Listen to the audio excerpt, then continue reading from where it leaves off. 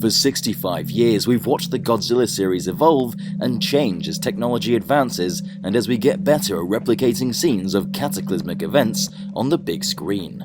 Just like how Godzilla's suit has changed to make the monster brawls easier and more action-packed, the environments and the sets have been continuously pushed to look more lifelike.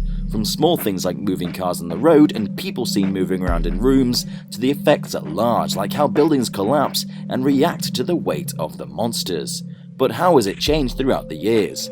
Join me as we take a look at the history of destruction in Godzilla. To start off, let's jump back to 1953, during the pre-production process on Gojira. Before they finalised the design for the King of the Monsters, the special effects director on the original film was actually going to use stop motion, similarly to special effect masters Willis O'Brien or Ray Harryhausen, who blessed us with such films like King Kong and Jason and the Argonauts. Stop motion involves taking an armature and moving it an extremely small amount, then taking a picture, and then repeat until you get the motion you desire. Then once you play the photos at an increased rate, it gives the illusion of movement. Stop motion is a wonderful art form that would bring things people had never before dreamed to life. Now imagine sitting at the theatre in 1925, after witnessing such horrors as the First World War, and then suddenly we see something previously thought to be impossible.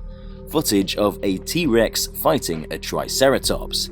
Two extinct animals from tens of millions of years ago, only recently rediscovered a mere 2 decades earlier, and suddenly they're moving around, roaring and fighting on the big screen as if they're really there. A lot of people were shocked and frightened, but remember, this was a relatively early time for cinema. Stop motion animation is an incredibly painstaking process, but one you've got to be very passionate about because of how long it would take to make a film. I've made my fair share of stop motion films in the past, some that I'm very proud of. It took about a week to make this short 3-minute film, all being inspired by the monster movies I would spend most of my childhood watching. However, because of the issues in animating entire city destruction on a frame-by-frame basis, this process would have taken too long.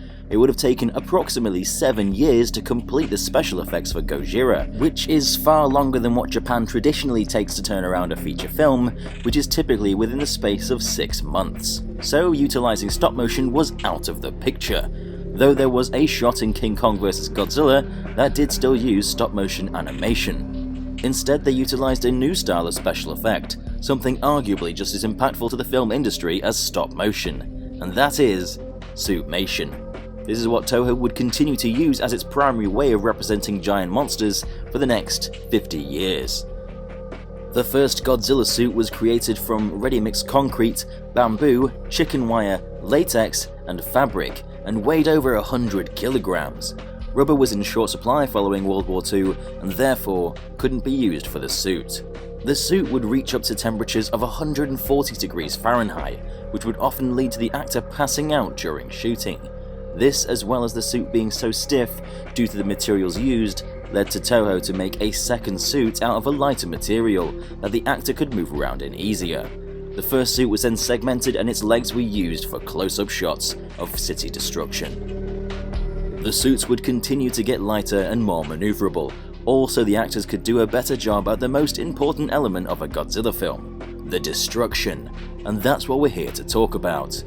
Something that requires just as much attention to detail as stop-motion animation is something that many of us take for granted in Toho's Godzilla films, and that is the set dressing. Each building replicates an actual building that exists. The city streets, the lanterns that light them, landmarks, all based on real life. But how do they get the buildings to react so realistically to the actors destroying them? Each wall on a building is formed from plaster of Paris, mixed with 50-50 sawdust and vermiculite. Vermiculite is used to aerate the plaster so that it becomes lighter and easier to break during filming. Once the mold has dried, the end result leaves us with a wall which is hard enough to graft buildings and dress a set, but brittle enough to crumble in a similar fashion to concrete during scenes of destruction. And whilst tough, the sheer weight of the costumes make crushing buildings a relatively easy task, and the softness of the rubber would make scenes like this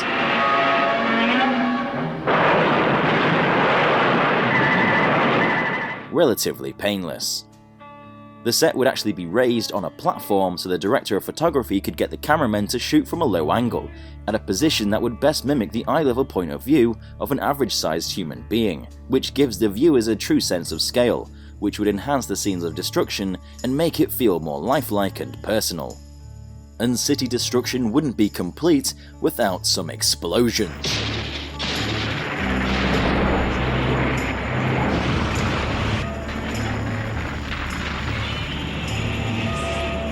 The set would often be set alight, and dozens of people, including firefighters, would be ready in case a fire spread out of control. The effects artist would place mini explosives in specific locations that the actor would follow. The suit would protect the actor, and whilst somewhat fire resistant, they aren't fireproof, and sometimes would catch fire. You can even see the effects of these burns in future films when the suit would literally be falling apart due to being overworked. This focus on practical effects with actors in rubber suits duking it out in recreations of iconic cities would last for the next 44 years, until Godzilla 1998 rolls around and becomes the first iteration of the King of the Monsters portrayed entirely in CGI. Though there's far more practical effects in that film than people realise. There were entire sets built for the sole purpose of being destroyed.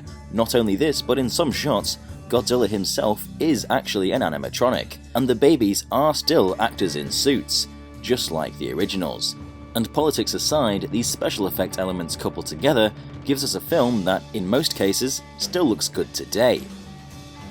Godzilla 2014 would continue to lead us down a more digital route, with Godzilla being entirely portrayed in CGI, though representing what the King of the Monsters should look like, far more than 1998. A lot of the destruction is done using computer effects, recreating real-life street corners, burning as if hell had just risen.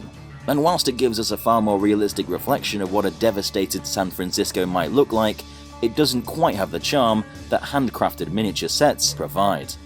Shin Godzilla, however, manages to mix both digital effects and practical effects almost seamlessly. Many of the close-ups of the city destruction is done using practical effects, which is usually when visual effects tend to lack, whilst the wide shots with more vast destruction is done using CGI. And Godzilla himself, whilst originally going to be an animatronic, is entirely CGI here. It's fooled many people into thinking that it actually is a guy in a rubber suit, which is quite a difficult task to pull off, especially in daytime scenes. Not to say that CGI destruction is bad, it takes a lot of passion and effort to make sure everything looks as true to life as possible, and it's certainly no easy task. Trust me, I've tried. But Shin Godzilla gives us the best of both worlds, a film that acknowledges the past whilst understanding how the industry has moved forward. And that's why no one does city destruction quite like Toho. That is, until a certain film comes out in May and shows every Godzilla film what it means to be a Godzilla film. What's funny, or sad depending how you look at it, is that the last time we're likely ever going to see a man in a costume portraying Godzilla is in the Snickers adverts. Hope you guys liked this video. It took a lot of work. Filmmaking is a passion of mine, and I'd love to make more videos talking about the production process, especially on the greatest kaiju franchise in the world. So if you like this video, be sure to subscribe and become a resident today. And remember to hit that like button and leave a comment on what you'd like to hear about next. I'm Alistair from Dangerville, and residents, thank you for watching.